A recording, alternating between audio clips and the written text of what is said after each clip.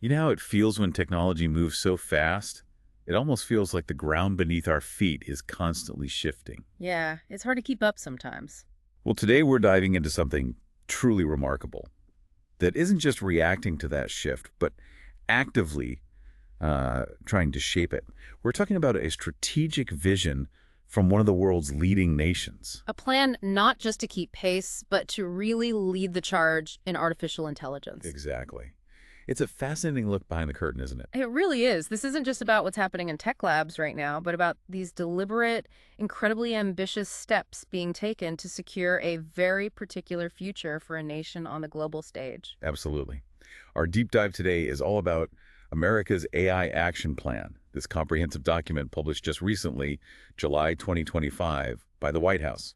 And it's boldly titled, Winning the Race. That title tells you a lot right there.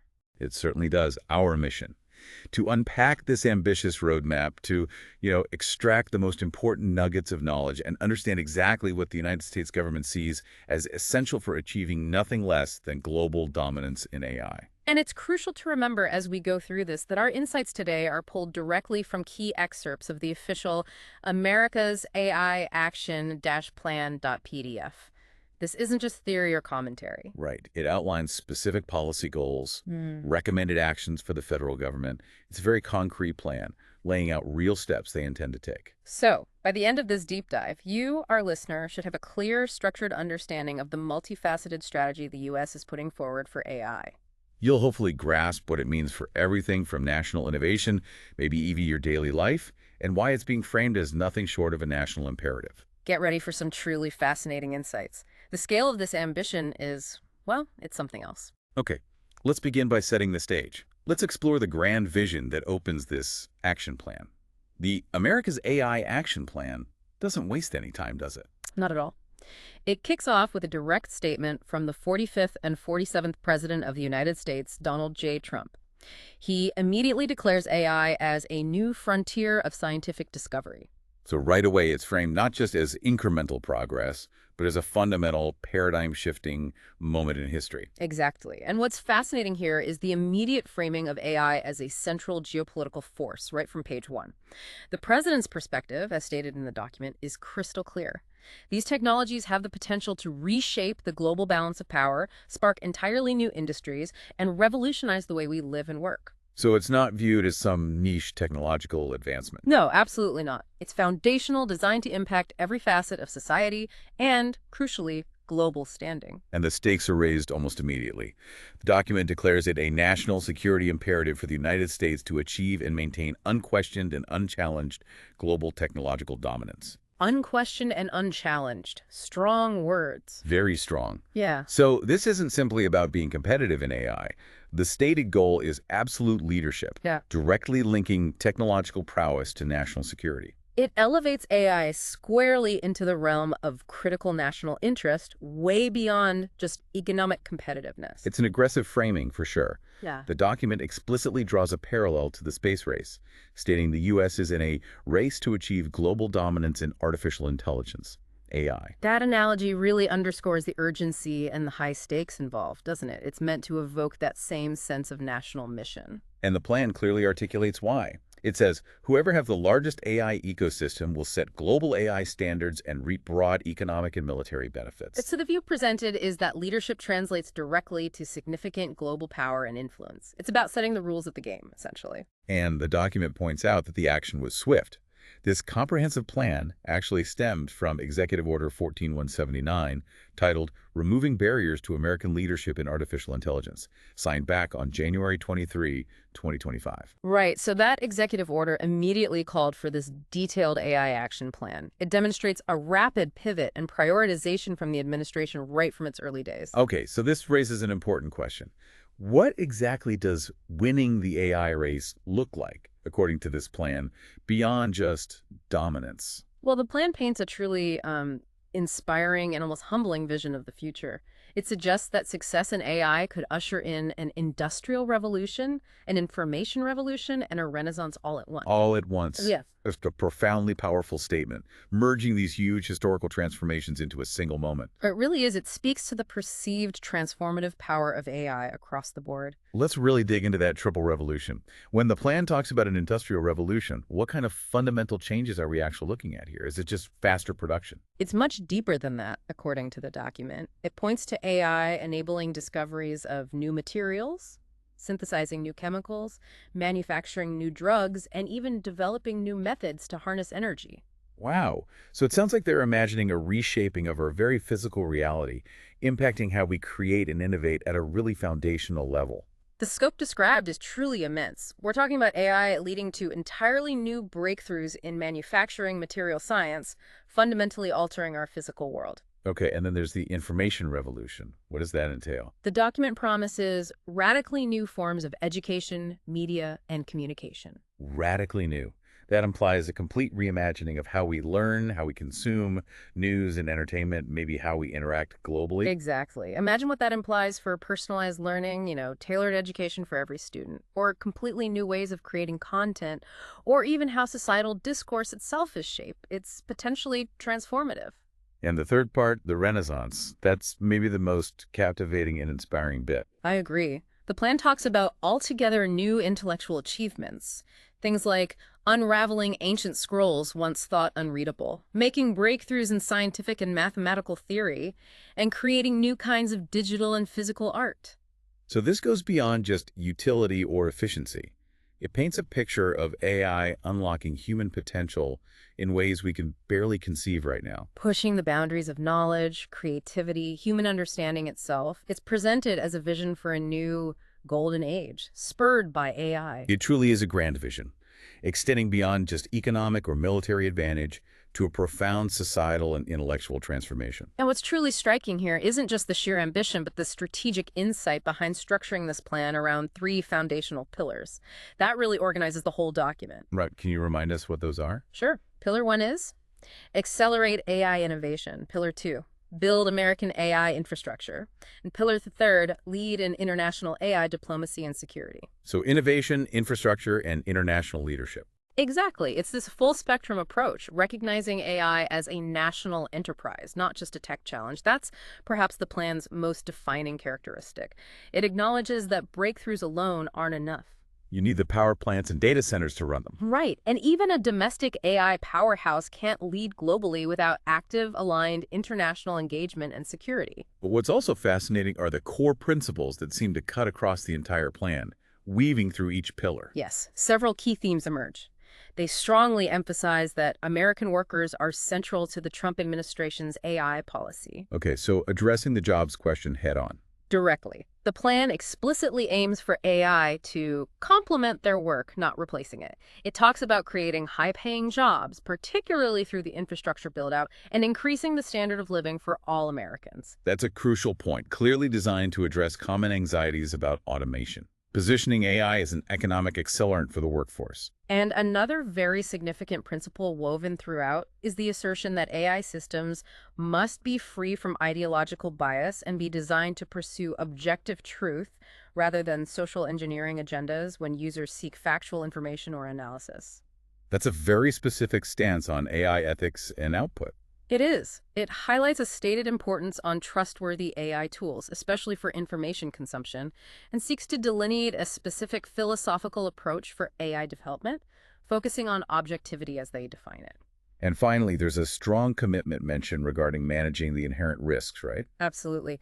The plan states a clear intent to prevent our advanced technologies from being misused or stolen by malicious actors, and also to monitor for emerging and unforeseen risks from AI. The emphasis on constant vigilance really underscores that this ambitious pursuit comes with a recognition of potential downsides. And the need for ongoing security and oversight in what is undeniably a rapidly evolving landscape. Okay, all of this then forms what the document calls a concrete roadmap to victory. Right. It sets clear policy goals for near-term execution by the federal government, making it an undeniably action-oriented document, not just a think piece. It's a detailed guide. And to that point, the document briefly mentions the individuals listed as authors.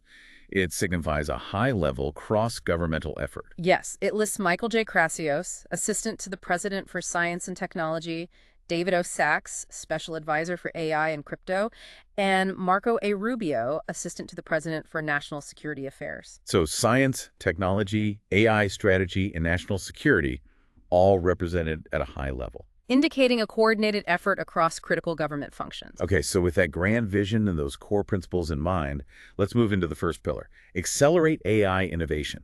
This seems to be about unleashing American ingenuity. That's the core idea. The overarching goal stated for this pillar is ensuring America has the most powerful AI systems in the world and leads in their creative and transformative application. And the government's role. Is it directing the innovation? More enabling it, according to the plan. The role is described as creating the conditions where private sector-led innovation can flourish. Okay, and how do they propose creating those conditions? What's the main lever? A key way is by aggressively removing what the document terms red tape and onerous regulation. Deregulation. Yes, the core principle articulated here is that America's private sector must be unencumbered by bureaucratic red tape to maintain global leadership. And they get specific. Very specific. The document explicitly details the action of rescinding the Biden administration's Executive Order 14110 on AI. Why that one? Well, the document argues that EO 14110 was viewed as foreshadowing an onerous regulatory regime. The argument presented is that AI is far too important to smother in bureaucracy at this early stage of its development. That's a strong, clear deregulatory stance. Does it extend beyond federal regulations? What about states? It does address state-level AI regulations. It states that the federal government should not allow AI-related federal funding to be directed towards states with what the plan calls burdensome AI regulations that might waste those funds. So using federal funding as leverage. Seems like it. However, the plan also includes a crucial nuance. It states the federal government should not interfere with states' rights to pass prudent laws, as long as those laws aren't seen as unduly restrictive to innovation or stifling progress. That sounds like a delicate balance they're trying to strike. It certainly is. And the recommended policy actions, the RPAs, under this segment get very specific about how they plan to tackle this. Okay, let's hear them. First, the Office of Science and Technology Policy, OSTP, is tasked with launching a request for information, basically asking businesses and the public about current federal regulations they feel are hindering AI innovation and adoption. So direct feedback from those affected. Right. Then the Office of Management and Budget, OMB, which manages the federal budget and regulations, is tasked, consistent with a prior executive order on deregulation, to lead efforts with federal agencies to identify, revise, or repeal regulations, rules, or guidance that unnecessarily hinder AI development. So a top-down comprehensive regulatory review across agencies. Exactly. And OMB also plays a role in funding. They're to work with agencies that have AI-related funding programs to ensure they consider a state's AI regulatory climate when making funding decisions. Again, using funding to potentially influence state-level regulations. The goal stated is limiting funding if state AI regimes might hinder the effectiveness of that federal investment, in their view. Are specific regulatory bodies mentioned? Yes. The Federal Communications Commission, the FCC, is directed to evaluate whether any state AI regulations interfere with its ability to carry out its obligations under the Communications Act of 1934. Interesting. And the FTC. The Federal Trade Commission, the FTC, is tasked with reviewing investigations started under the previous administration to ensure they don't unduly burden AI innovation. They're also told to review past FTC orders and decrees and, where appropriate, seek to modify or set aside any that unduly burden AI innovation. Wow, that's a very proactive and frankly aggressive approach to deregulation across the board. It signals a clear priority shift towards minimizing regulatory friction for AI development. Okay, moving on within Pillar 1. Another significant aspect is protecting free speech and American values in AI. Why is this highlighted? Well, the document emphasizes the profound and rapidly expanding role AI plays in how we educate our children, do our jobs, and consume media. Given that influence, the importance of AI systems being built from the ground up with freedom of speech and expression in mind is stressed. So it's presented as a core value they want embedded in AI development itself. Exactly. And the plan also states explicitly that AI procured by the federal government should objectively reflects truth rather than social engineering agendas. That ties back to that principle we discussed earlier about freedom from ideological bias. Right. It suggests a deep concern articulated in the document about how AI systems might influence public discourse or manipulate information, reinforcing this idea of pursuing objective truth. And what are the recommended policy actions here? How do they plan to enforce this? They're quite direct. The National Institute of Standards and Technology, NIST, which is part of the Department of Commerce, is tasked with revising its AI risk management framework. How so? Specifically, the document directs NIST to eliminate references to misinformation, diversity, equity, and inclusion, and climate change from the framework. That's a very specific and potentially impactful directive, altering the framework's stated scope and priorities significantly. Indeed. The plan also mandates updating federal procurement guidelines. The goal is to ensure the government only contracts with frontier large language model developers, the big LLM companies, who can explicitly ensure their systems are objective and free from top-down ideological bias. So the government will actively select and fund AI tools based on these explicit criteria regarding bias and objectivity, as defined in the plan. That's the stated intent. Furthermore, NIST's Center for AI Standards and Innovation, KIDI, its dedicated AI standards hub, is directed to research and publish evaluations of frontier models from the People's Republic of China. To what end? Specifically, to assess their alignment with Chinese Communist Party talking points and censorship. This is clearly presented as a strategic move to counter foreign influence in AI development and information flows. Now, here's where it gets really interesting for the tech side. Encouraging open source and open weight AI. Can you define those terms for us quickly? Sure. The document defines these as models made freely available by developers for anyone in the world to download and modify. Essentially, the underlying code or model parameters are public. And why is making these models freely available highlighted as so important in the plan? That's a crucial question because it directly impacts innovation and competition. The plan points out their unique value. Primarily, they enable startups to operate flexibly without being dependent on just a few large closed providers. So a small startup can access powerful AI without needing massive capital or exclusive licenses. Exactly. Open source models also significantly benefit commercial and government adoption, especially for sensitive data, because organizations don't have to send their private information to a third-party closed model vendor. That makes sense for security and control. And for academic research, these models are presented as essential. Researchers often need direct access to a model's inner workings, its weights, and training data for true scientific rigor and reproducibility. So it's about leveling the playing field, enabling broader access. But the document mentions more than just technical benefits. Yes, it emphasizes a powerful geostrategic value. The argument made is that open source models based on American values could become global standards. So it's framed as a way to export American influence and principles through the technology itself. Precisely. It's soft power through code. And to support this, the RPAs are quite expansive. Like what? They include ensuring access to large-scale computing power for startups and academics. The challenge noted is that current long-term contracts with major cloud providers, the hyperscalers, are often out of reach financially. Right. Compute is expensive. Very. So the plan suggests improving the financial market for compute, thinking about things like spot and forward markets, similar to commodities to make it more accessible. This involves collaboration from NIST, OSTP, and NSF's National AI Research Resource Pilot, the NARR. So making compute power more available and affordable for a wider range of innovators, fostering a more vibrant ecosystem. Exactly. The plan also calls for partnering with leading tech companies to increase the research community's access to private sector computing, models, data, and software, funneling this through the NARR pilot. Building out that research infrastructure. And building on that, establishing a lean and sustainable NARR operations capability to connect more researchers and educators to these critical AI resources.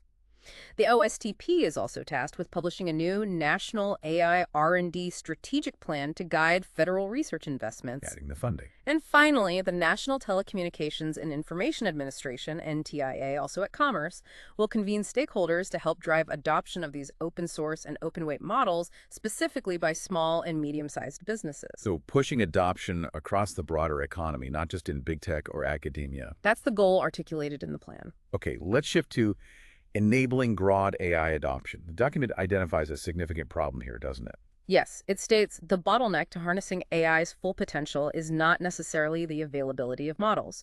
Rather, it is the limited and slow adoption of AI, particularly within large established organizations. Like healthcare, they mentioned, due to distrust, regulation, lack of standards. Exactly. So the stated goal is a coordinated federal effort to establish a more dynamic try-first culture for AI across American industry, encouraging experimentation and uptake.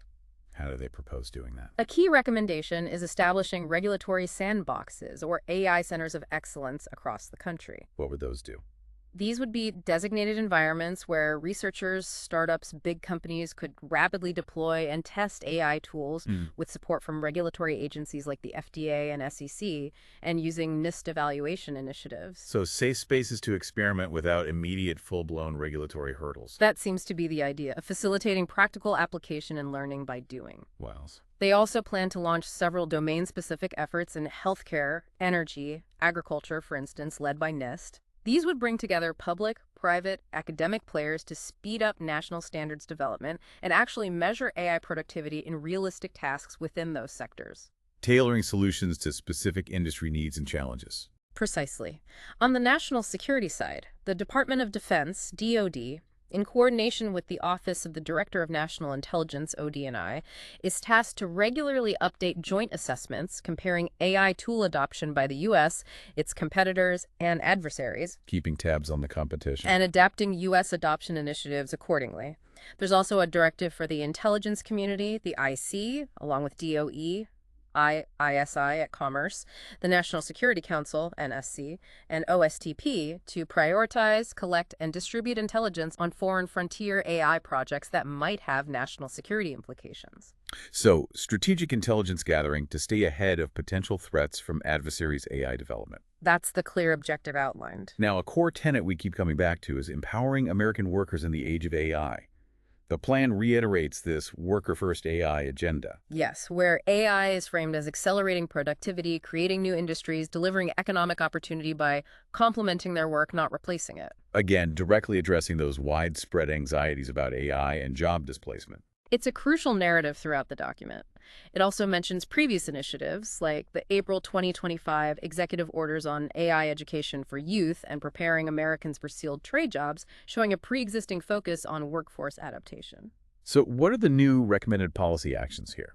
The Department of Labor, DOL, Department of Education, ED, NSF, and Commerce are directed to prioritize AI skill development in their education and workforce funding streams. This means promoting integration into career and technical education, CTE programs, training, apprenticeships. Embedding AI skills throughout the education and training system. Right. And here's an interesting one for businesses and individuals. The Department of the Treasury is directed to clarify that many AI literacy and skill development programs may qualify as tax-free eligible educational assistance under Section 132 of the Internal Revenue Code. Ah, so employers could potentially offer tax-free reimbursement for AI training. That's the potential implication. It could significantly scale private sector investment in AI upskilling by making it tax-advantaged, a direct financial incentive. That's smart. What about understanding the impact? Good question. The Bureau of Labor Statistics, BLS, and the Department of Commerce, through Census and BEA, are tasked with studying AI's impact on the labor market using existing data looking at adoption trends, job creation, displacement, wage effects. Building an evidence base for future policy? Exactly. And an AI workforce research hub under DOL will lead a sustained federal effort to evaluate AI's labor market impact, produce recurring analyses, and generate actionable insights for policy. So ongoing monitoring and analysis. Plus, the DOL is to leverage discretionary funding for rapid retraining for individuals impacted by AI-related job displacement, and issue guidance for states on identifying eligible dislocated workers and using rapid response funds proactively. Providing immediate targeted support for workers facing changes. And finally, DOL and Commerce are directed to rapidly pilot new workforce approaches, things like rapid retraining, shifting skill requirements for entry-level roles through state and workforce intermediaries using existing authorities. Testing scalable strategies to help the workforce adapt quickly. It's presented as a very comprehensive strategy for managing the human side of this technological revolution, aiming to keep American workers central to AI's benefits. Okay, let's shift gears slightly. Another area where AI promises big transformation, according to the plan, is supporting next-generation manufacturing. Yes, this section really moves beyond just software to the physical embodiment of AI. The plan envisions AI enabling innovations like autonomous drones, self-driving cars, robotics, and other inventions for which terminology does not yet exist. The goal stated is for America and its allies to become world-class manufacturers of these next-generation technologies, ushering in a new industrial renaissance. It's a big vision for revitalizing manufacturing through AI. The RPAs include substantial investment by DoD, Commerce, DOE, NSF, and other agencies in developing and scaling these foundational manufacturing technologies. Using programs like SBIR and the GTP's R&D funding. Exactly, fueling the creation of these new technologies from the ground up. Additionally, the NTIA at Commerce is to convene stakeholders to identify supply chain challenges specifically for American robotics and drone manufacturing.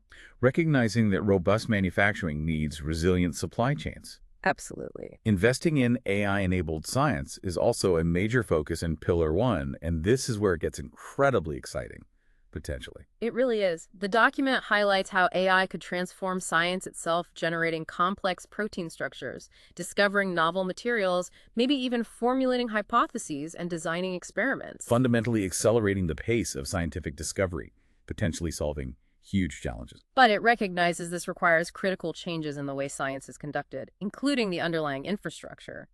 AI predictions are great, but scientists need to dramatically scale up experimentation beyond today's often slow, labor-intensive processes to test them. So what's the plan there? The RPAs include NSF, DOE, NIST at Commerce investing in automated cloud-enabled labs. Think robotic labs for fields like engineering, materials science, chemistry, biology, neuroscience. Automating the scientific process itself. That's the idea, making it faster, more scalable, built in collaboration with the private sector, agencies, and the DOE national labs. They also plan to use long-term agreements to support focused research organizations using AI for fundamental scientific advances. And data sharing is key here too, right? Crucial. They want to incentivize researchers to release more high-quality data sets publicly by explicitly considering the impact of data sharing when reviewing proposals for new research funding. Using funding to encourage openness. And requiring federally funded researchers to disclose non-proprietary, non-sensitive data sets used by AI models during their research, building transparency and a stronger knowledge base. That leads perfectly into the next section, building world-class scientific data sets. The plan calls high-quality data a national strategic asset. And it acknowledges candidly that other countries, including potential adversaries, have raced ahead in amassing scientific data. So the stated goal for the U.S. is to lead the creation of the world's largest and highest quality AI-ready scientific data sets. While respecting rights, privacy, confidentiality, of course. Of course. That's emphasized. This recognizes that data is the essential fuel for AI. The National Science and Technology Council's NSTC Machine Learning and AI Subcommittee is directed to recommend minimum data quality standards for various scientific data types, biological, chemical, etc., specifically for AI training. Ensuring the data is actually useful for AI. Right. OMB is also to issue regulations required by a 2018 law about making federal data more accessible, lowering barriers, and improving AI use for evidence building, while still protecting confidential data. What about secure access to sensitive data? That's addressed too.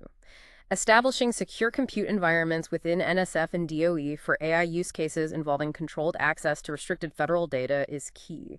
And creating an online portal for NSF's National Secure Data Service, NSDS demonstration project, as a front door for researchers needing access to restricted federal data for AI work. Streamlining secure access. And a fascinating, very specific initiative mentioned is exploring a whole genome sequencing program for life on federal lands. Sequencing everything on federal land. Well, exploring it. Led by NSTC, involving USDA, DOE, NIH, NSF, DOI. The idea is to create a vast, unique biological data set for training future biological foundation models. Very forward-looking data collection at a national scale. Wow. Okay, what about advancing the science of AI itself? This component acknowledges the profound paradigm shift of LLMs and generative AI, emphasizing the imperative for the U.S. to remain the leading pioneer of such breakthroughs. So pushing the fundamental boundaries of AI theory and capability. Exactly. Ensuring America continues to be at the very forefront of discovery, not just application. The main RPA here is strategic. prioritize investment in theoretical, computational, and experimental research to preserve leadership in discovering new AI paradigms. This priority will be reflected in the forthcoming National AI R&D Strategic Plan. Targeted, sustained funding for the cutting edge. That's the plan. Then there's investing in AI interpretability, control, and robustness breakthroughs. This tackles the black box problem. Exactly. The document highlights that the inner workings of frontier AI systems are poorly understood, making it hard to explain why a model gives a specific output. This lack of predictability is critical in high-stakes areas like defense and national security where lives are at stake. So the goal is fundamental breakthroughs to make AI more understandable, controllable, and reliable. Precisely. To use AI to its fullest potential safely, the RPAs include launching a tech development program led by DARPA in collaboration with CAI at Commerce and NSF, specifically to advance interpretability, control systems, and adversarial robustness, making AI harder to trick or attack. These advancements are also prioritized in the R&D plan. Yes, and importantly, DoD, DOE, CAI, DHS, NSF, and academic partners are to coordinate an AI hackathon initiative. Basically, getting experts to rigorously test AI systems for transparency, effectiveness, control, and security vulnerabilities. Using the community to find and fix issues quickly. Leveraging external expertise and that competitive spirit. To ensure performance and reliability, the plan also focuses heavily on building an AI evaluations ecosystem. How are evaluations defined here? As how the AI industry assesses the performance and reliability of AI systems. They're framed as a critical tool in defining and measuring AI reliability and performance, especially in regulated industries. And the plan suggests regulators should explore using these evaluations. Yes. Explore the use of evaluations in their application of existing law to AI systems. So, potentially tying regulation to standardized performance metrics down the line. How will this ecosystem be built? NIST, including CAI, is tasked to publish guidelines and resources for federal agencies to conduct their own AI system evaluations for their specific missions and compliance needs, standardizing internal government AI use. And investing in the science of evaluation itself. Yes, NIST, DOE, NSF, and other science agencies are to support developing the science of measuring and evaluating AI models, treating it as a rigorous discipline. Fostering collaboration seems key too. Definitely. CAI is to convene meetings at least twice a year for federal agencies and the research community to share learnings on AI evaluations. DOE and NSF are also to invest in AI testbeds, places to pilot AI systems in secure, real-world settings like agriculture or transportation. Controlled testing in realistic environments. And finally, for this part, Commerce is to convene the NIST AI Consortium for collaborative establishment of new measurement science, identifying proven, scalable techniques and metrics for AI development, bringing industry into the fold to standardize evaluation. We're seeing a clear emphasis now on leveraging AI within government itself under accelerating AI adoption in government. Right. The stated belief is that AI tools can help the federal government serve the public with far greater efficiency and effectiveness, speeding up internal processes, streamlining interactions with the public. Leading to the highly responsive government the American people expect and deserve, as the document puts it. And it notes OMB has already advanced AI adoption by reducing onerous rules imposed by the Biden administration, framing this as continuing that trajectory. What are the RPAs for getting AI into government operations? Formalizing the Chief Artificial Intelligence Officer Council, the CIRC, as the primary interagency coordination body is one key step. Creating a dedicated high-level group to guide AI integration. What about talent? Government needs AI experts. Addressed. Creating a talent exchange program for rapid deployment of federal staff with specialized AI talent data scientists, software engineers to other agencies that need them, sharing internal expertise. Makes sense. And procurement. Buying AI tools must be complex. They plan to simplify it. The General Services Administration, GSA, with OMB, is to create an AI procurement toolbox to facilitate uniformity, easy model choice, compliance, customization, plus a catalog of existing agency AI uses. Helping agencies navigate the options. And an advanced technology transfer and capability sharing program via GSA is planned to quickly transfer successful AI capabilities between agencies. Avoid reinventing the wheel. What about the federal workforce using AI day to day? The plan mandates that all federal employees whose work could benefit from frontier language models should have access to them and appropriate training, aiming for widespread adoption and basic skill development. And focusing on public-facing services. Yes, OMB is to convene agencies designated as high-impact service providers, those with significant public interaction, to pilot and increase the use of AI specifically to improve public service delivery. Tangible benefits for citizens. Okay, shifting focus slightly within government, driving adoption of AI within the Department of Defense gets its own dedicated section. Yes, highlighting AI's transformative potential for both warfighting and back-office operations at the DoD. The stated imperative is for the U.S. to aggressively adopt AI within its armed forces to maintain global military preeminence while ensuring secure and reliable use. Recognizing the unique, mission-critical needs of the military. The RPAs include identifying the specific AI talent and skills DoD needs and implementing programs to develop that talent. What about testing military AI? Establishing an AI and autonomous systems virtual proving ground at DoD is planned, starting by scoping out the requirements: technical, geographic, security resources, a dedicated controlled environment. And streamlining adoption within DoD. Yes, developing a streamlined process for classifying, evaluating, and optimizing workflows for AI automation, aiming for rapid transition to AI implementation for priority tasks, speed and efficiency in military contexts. And compute power for defense is critical. Absolutely. A key point is prioritizing DoD-led agreements with cloud providers for priority access to computing resources during national emergencies or conflicts, ensuring power is available when most needed. That seems vital. Any long-term talent strategy for the military? Yes, growing senior military colleges into hubs of AI research development and talent building, fostering AI-specific curriculum, covering use, development, infrastructure management, building a pipeline of AI-savvy military leaders. Moving towards the end of Pillar 5, there's protecting commercial and government AI innovations. This sounds like balancing openness with security. Exactly. The document discusses the need to appropriately balance the dissemination of cutting-edge AI technologies with national security concerns, a delicate act. Highlighting the importance of addressing security risks, protecting companies, talent, IP systems. Right. The RPA states that DoD, DHS, AESI, Commerce, and the intelligence community are to collaborate with leading American AI developers to enable the private sector to actively protect their innovations from cyber actors and insider threats. A proactive, collaborative defense. And the final piece of Pillar the First, combating synthetic media in the legal system.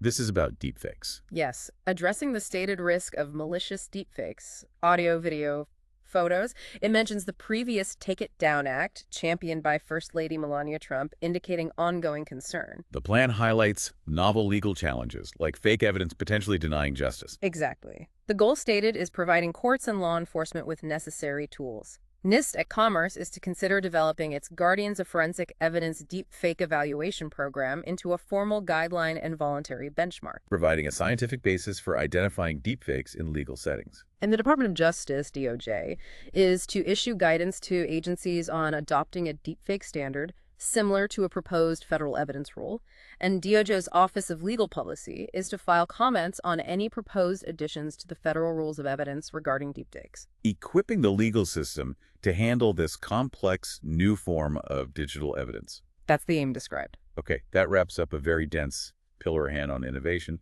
Now, Pillar 2, second, pivots to a foundational challenge. Build American AI infrastructure, powering the future. And the overarching goal here connects AI to something really fundamental: energy. The plan states AI is the first digital service in modern life that challenges America to build vastly greater energy generation than we have today. That's a striking statement, putting energy right at the heart of AI dominance. It's critical. The document draws historical context, noting, in its view, U.S. energy stagnation since the 1970s while China rapidly built its grid. It directly states that America's path to AI dominance depends on changing this troubling trend. So AI leadership is inextricably linked to massive energy production and infrastructure. That's the argument. The plan specifies what this new infrastructure entails: factories to produce chips, data centers to run those chips, and new sources of energy to power it all. The whole physical stack, from silicon to the grid. A holistic view. And a core issue identified is permitting. The document claims America's environmental permitting system and other regulations make it almost impossible to build this infrastructure in the United States with the speed that is required. A direct call to tackle regulatory hurdles for building things. Aggressively. Plus, it emphasizes the security aspect again. Infrastructure must also not be built with any adversarial technology. tying into national security. It does acknowledge progress the Trump administration believes it made previously on reforming permitting, mentioning NEPA reforms and other initiatives. Okay, so that sets the stage for the specific actions under streamlined permitting for data centers, semiconductor manufacturing facilities, and energy infrastructure while guaranteeing security. What are the RPAs? They're quite detailed on permitting. Establishing new categorical exclusions under NEPA, basically exemptions from full environmental review for data center actions, and adopting existing CEs from other agencies for efficiency. Speeding things up. Also, expanding the use of the FAST-T41 process, that federal program for fast-tracking big infrastructure reviews, to cover all eligible data center and related energy projects. What about water permits? Data centers use a lot of water for cooling. Addressed. Exploring a nationwide Clean Water Act Section 404 permit specifically for data centers that wouldn't require pre-construction notification and covers large modern AI data center sites. Again, streamlining environmental reviews. And looking beyond specific acts. Yes, explicitly stating the goal of expediting environmental permitting by streamlining or reducing regulations under the Clean Air Act, Clean Water Act, Circle A Superfund, and others. Plus, making federal lands available for data center construction and power generation. Opening up new locations for development. While critically maintaining security guardrails, prohibiting adversaries from inserting sensitive inputs, ensuring the domestic AI computing stack uses American products, and infrastructure is free from foreign adversary tech, ICTS. Securing the foundational supply chain. And using AI to help with reviews. Yes. Expanding efforts to apply AI to accelerate and improve environmental reviews themselves, like DOE's Permit AI project. Using AI as a solution to the problem it exacerbates. Moving on to energy itself. Developing a grid to match the pace of AI innovation. The plan highlights the grid's complexity and need for major upgrades. Yes, due to escalating demand driven by electrification and the technological advancements of AI. It stresses the grid faces a confluence of challenges that demand strategic foresight and decisive action. The energy challenge AI presents is huge. Immense. The U.S. must develop a comprehensive strategy to enhance and expand the power grid. The RPAs are multi-pronged. First, stabilize the grid of today, safeguarding existing assets, ensuring reliable, affordable power, preventing premature shutdown of critical power plants, leveraging backup power, and ensuring compliance with resource adequacy standards, making sure there's enough power available. Okay, shore up the present. Then, optimize existing grid resources. Enhance transmission efficiency with things like advanced grid management, power line upgrades, get more electricity through existing routes, and investigate ways for large power users, like data centers, to manage their consumption during peak times. smart demand management. Getting more out of current infrastructure. Third, prioritize connecting reliable, dispatchable power sources quickly. Embrace new generation sources, enhance geothermal, nuclear fission, even fusion is mentioned, and reform power markets to align financial incentives with grid stability. Ensuring investment reflects system needs. And finally, create a strategic blueprint for the whole 21st century energy landscape. Stabilize, optimize, grow. A complete overhaul vision. A core component of this infrastructure is semiconductors. The plan stresses restore American semiconductor manufacturing. Reminding us America jump-started modern technology with the invention of the semiconductor, highlighting that historical role. And the stated imperative is bring semiconductor manufacturing back to U.S. soil, citing benefits like high-paying jobs, tech leadership, secure supply chains. Exactly. The approach emphasized is doing this without making bad deals for the American taxpayer or saddling companies with sweeping ideological agendas, focusing on ROI and efficiency. How will they do this? What are the RPAs? DOC's revamped CHIPS program office is directed to focus on delivering strong ROI for taxpayers and removing extraneous policy requirements for CHIPS-funded projects, collaborating with other agencies to streamline regulations, slowing down chip manufacturing efforts. Accelerating construction and operation of these crucial fabs. And DOC is also tasked to review semiconductor grant and research programs to ensure they accelerate the integration of advanced AI tools into semiconductor manufacturing itself. Using AI to build AI's foundations faster, a virtuous cycle. That's the idea. Another critical infrastructure element, data centers, especially for sensitive government use. Build high-security data centers for military and intelligence community usage. Right. The reasoning stated is clear. AI is particularly well-suited to processing raw intelligence data and will likely handle some of the U.S. government's most sensitive data. So these data centers must be incredibly secure. Resistant to attacks by the most determined and capable nation-state actors, as the plan puts it, the RPAs involve DoD, the IC, NSC, and NIST, creating new technical standards for these high-security AI data centers, collaborating with industry and FFRDCs. And advancing agency adoption of classified compute environments for scalable, secure AI workloads, ensuring even top-secret operations can use AI safely. Exactly. Of course, all this building requires people. Train a skilled workforce for AI infrastructure. Emphasizing the human element. Building AI infrastructure requires investing in the workforce, electricians, advanced HVAC technicians, and a host of other high-paying occupations. Addressing the human capital side. Tackling potential labor shortages by identifying priority roles, developing skill frameworks, supporting industry training, expanding pipelines. DOL and Commerce are to create a national initiative to identify these high-priority occupations, developing national skill frameworks. These frameworks then inform curriculum and investments. Aligning training with industry needs. And DOL, DOE, ED, NSF, Commerce are to partner with state, local governments, and workforce stakeholders to support industry-driven training programs, co-developed by employers to ensure job readiness. What about getting young people interested? Expanding early career exposure programs and pre-apprenticeships for middle and high school students in these priority occupations. Building the future pipeline.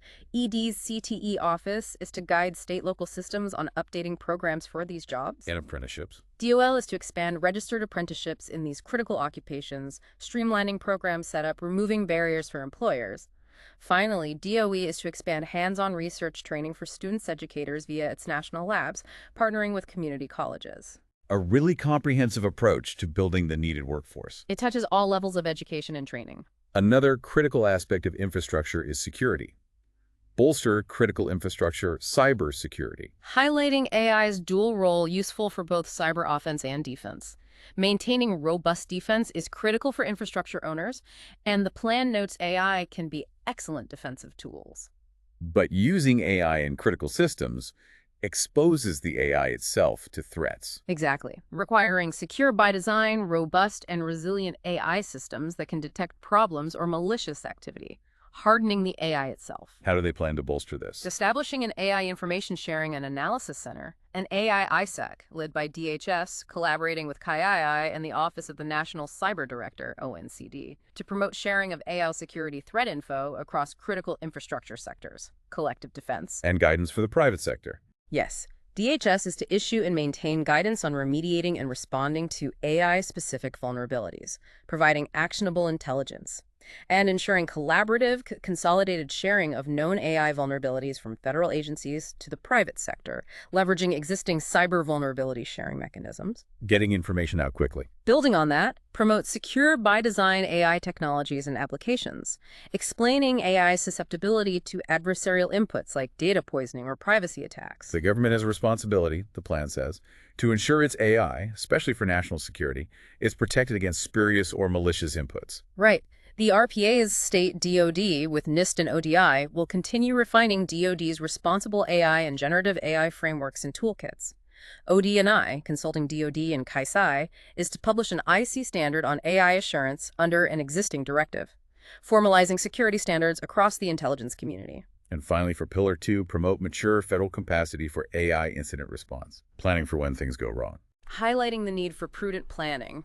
So if AI systems fail, impacts to critical services or infrastructure are minimized, and response is imminent. Incorporating AI incident response into existing doctrines. How? NIST-TSI partnering with AI and cybersecurity industries to include AI in standards, response frameworks, best practices, technical capabilities like flyaway kits for incident response teams. And modifying existing playbooks? Yes, modifying CISA's cybersecurity incident and vulnerability response playbooks to include AI systems considerations, requiring CISOs to consult with chief AI officers. Integrating AI into standard cyber incident response. Encouraging vulnerability sharing again. Yes, DoD, DHS, OD&I, coordinating with OSTP, NSC, OMB, ONCD to encourage responsible sharing of AI vulnerability info. Implementing a recent executive order, 14306 from June 2025, promoting collective defense through information exchange. Okay, we've covered accelerating innovation in Pillar 4 and building crucial infrastructure in Pillar 2. Now let's dive into the final pillar, Pillar the 3rd. Lead in international AI diplomacy and security. global dominance and protection. This is where the geostrategic aspect really takes center stage. The pillar emphasizes that to succeed in the global AI competition, America must do more than promote AI within its own borders. The U.S. must drive adoption of American AI systems, computing hardware, and standards throughout the world. That's a very outward-looking goal. It is. The document highlights America's current leadership in data centers, compute hardware, and models. This advantage, the plan argues, must be leveraged into an enduring global alliance. While simultaneously preventing our adversaries from free-riding on our innovation and investment, a dual approach. Exactly. And the risk of failure is stated clearly. A failure to meet this demand from allies would be an unforced error, causing these countries to turn to our rivals. So distributing American technology is framed as preventing rivals from making allies dependent on foreign adversary technology, securing geopolitical influence through tech. Soft power and strategic alignment via technology exports. A key action is export American AI to allies and partners. Establishing a program within the Department of Commerce to gather proposals from industry consortia for full-stack AI export packages. Full stack, meaning integrated solutions, not just components. That seems to be the idea, exporting a complete ecosystem. And Commerce, along with the Economic Diplomacy Action Group, U.S. Trade and Development Agency, Exim Bank, Development Finance Corporation, and Department of State DOS, are all to coordinate to facilitate deals meeting U.S.-approved security requirements and standards. A whole-of-government approach to global AI export, aligned with strategic interests. That's the structure outlined. A significant challenge mentioned is the need to counter Chinese influence in international governance bodies. What's the concern here? The document discusses the proliferation of AI governance frameworks in bodies like the UN, OECD, G7, G20, ITU, ICANN.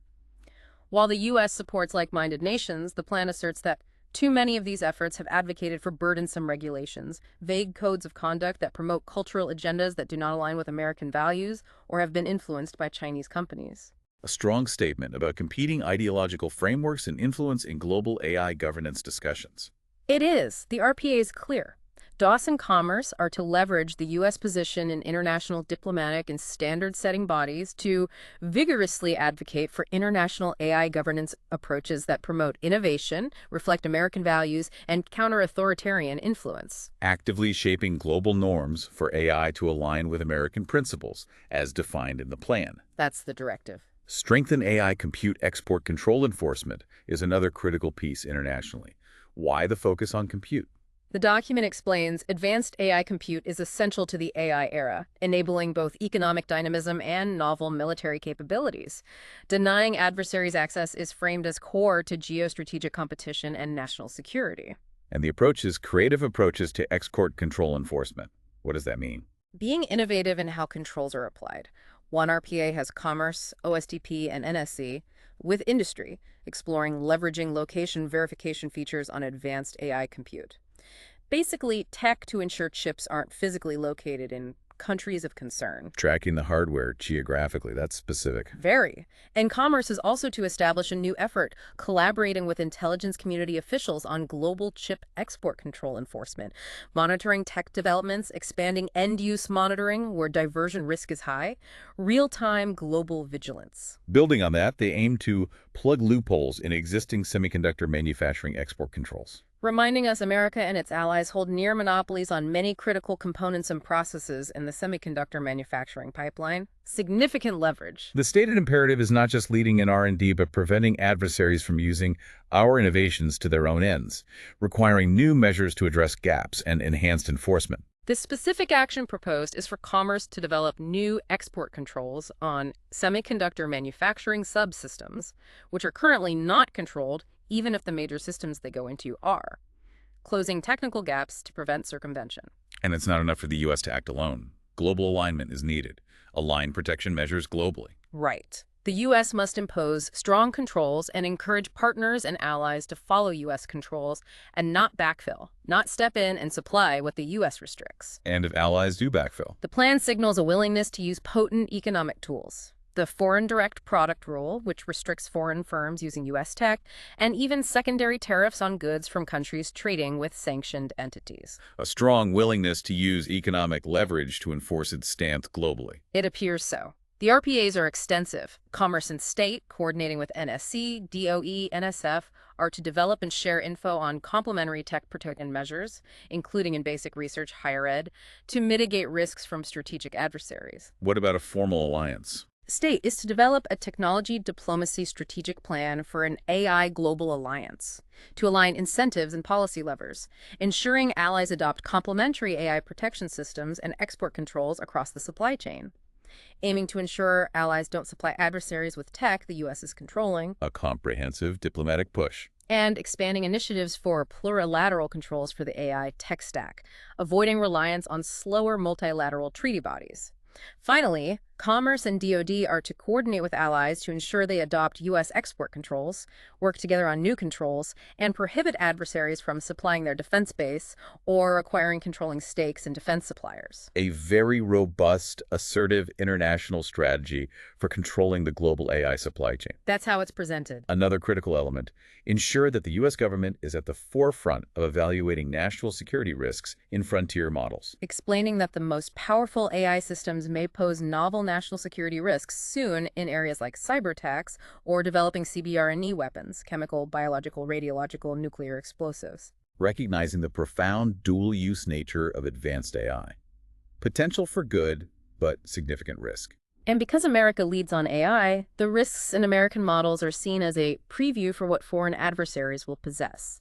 Understanding these emerging risks proactively is deemed vital for national defense and homeland security. How will they evaluate these risks? COSI at Commerce, collaborating with CBRNE and cyber agencies, is to evaluate frontier AI systems for these national security risks, partnering with the developers. Proactive assessment. And looking at adversaries' AI, too. Yes, CISI with national security agencies is also to evaluate potential vulnerabilities and malign foreign influence from adversaries' AI systems deployed in critical infrastructure, or the U.S. economy looking for backdoors, malicious behavior. And getting the right talent in government.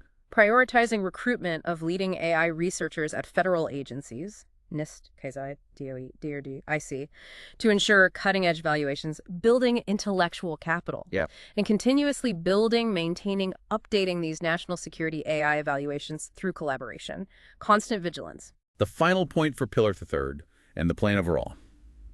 Invest in biosecurity. Highlighting AI's nearly limitless potential in biology, cures for diseases, novel industrial uses, but equally stressing the risk of new pathways for malicious actors to synthesize harmful pathogens and other biomolecules. A profound concern how AI could accelerate biological threats. The proposed solution is multi-tiered. Screening for malicious actors, new tools, infrastructure for screening, and emphasizing it will be essential to work with allies and partners to ensure international adoption of these biosecurity measures. What are the specific RPAs for biosecurity? Requiring all institutions getting federal research funding to use nucleic acid synthesis tools, d-RNA printers and providers that have robust sequence screening and customer verification, creating enforcement mechanisms, not just voluntary compliance. Closing potential loopholes. An OSTP is to convene government and industry to develop a mechanism for data sharing between these synthesis providers to screen for fraudulent or malicious customers, a network of vigilance, and connecting back.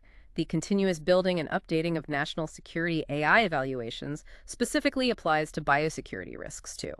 Underscoring the multifaceted nature of AI security. Absolutely. Wow, that was a deep, deep dive into America's AI action plan, winning the race. We've really unpacked the ambitious vision laid out by the White House. Exploring those three pillars, accelerating innovation, building the infrastructure, and leading internationally on diplomacy and security. It's clear this plan is about far more than just, a technological advancement. It's a comprehensive national strategy. Encompassing economic power, global influence, national security, aiming for truly global dominance, as the title suggests. It touches on everything from regulation to energy grids, workforce training to alliances, even biosecurity. A complete roadmap, really, for asserting technological dominance across a huge range of interconnected domains. Recognizing AI is seen as central to all of them. It really is presented that way. So what does this comprehensive plan mean for you, our listener? Well, as we've heard, it touches on nearly every aspect of life. It really does. It shapes the potential jobs you might pursue, the security of the digital and physical systems you rely on every day. Even the very nature of the information you consume, based on those principles about bias and objectivity they included. It's a testament to how profoundly AI is expected to reshape our world and how intentionally the U.S. government, through this plan, aims to steer that transformation to maintain leadership. The plan envisions not just technological advancement, but, in its words, a new golden age of human flourishing and an altogether new intellectual achievement, a renaissance. Which leads to a final thought, perhaps. What does this deep dive into America's AI action plan provoke in your mind listening to this? Thinking about the immense responsibilities that come with pursuing such technological power. And how might this grand vision of a renaissance, as laid out here, truly reshape our shared future? For better or maybe for worse? It's definitely a powerful thought to carry forward as we all navigate this rapidly evolving AI-driven era.